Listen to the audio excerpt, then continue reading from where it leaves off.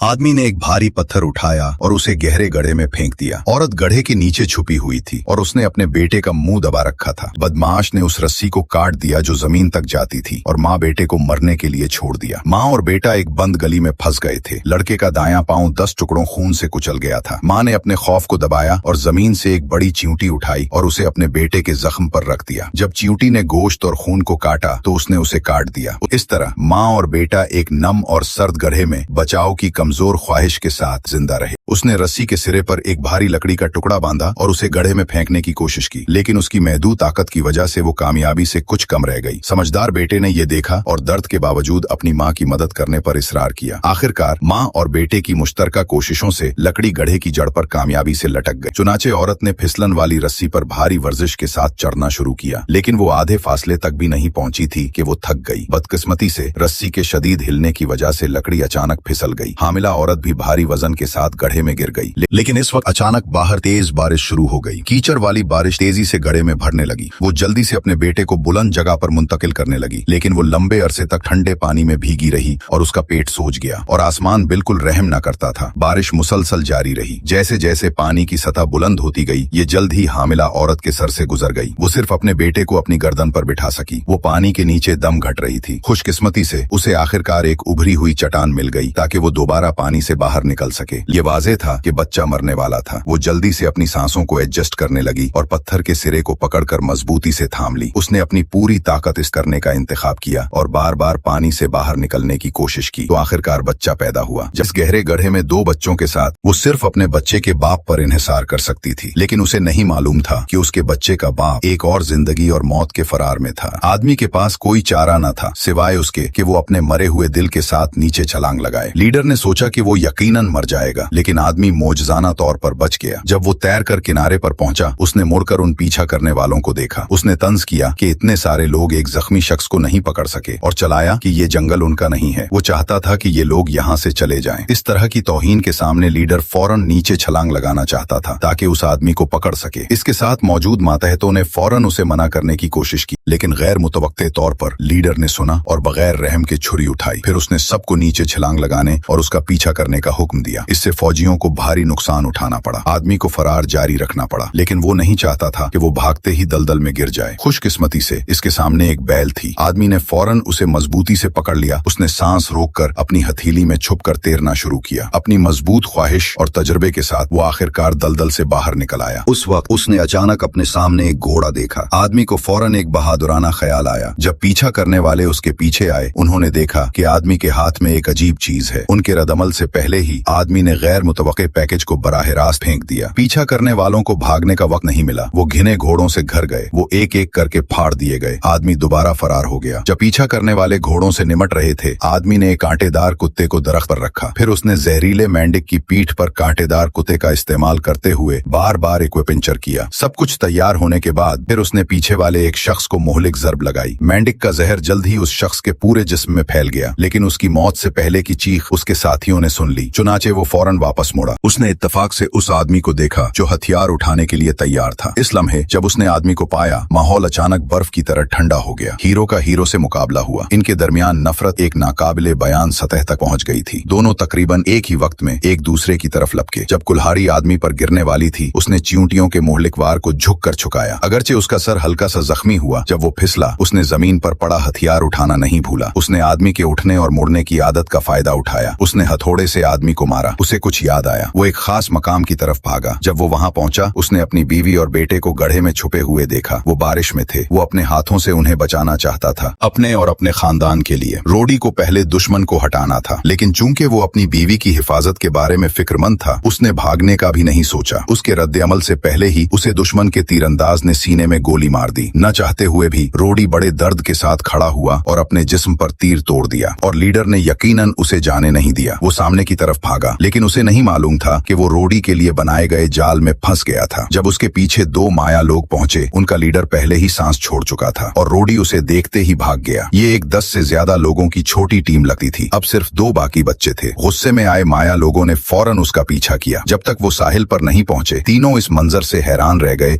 ये एक बहुत बड़ी चीज थी। वो बेतरतीब और गैर इरादी तौर पर इस अजनबी की तरफ बढ़े जो साहिल के करीब पहुंचने वाला था। जब वो वापस आया, उसने पाया कि उसके उसकी बीवी और बेटा महफूज हैं और उसकी बीवी ने उसके लिए एक बच्चा जन्म दिया था। बारिश के बाद रोडी अपने खानदान के साथ जंगल में चला गया। वसी समंदर को देखते हुए वो जानता था कि पसमानदा माया तहजीब अब इन अजनबियों की तरफ से बदल दी जाएगी।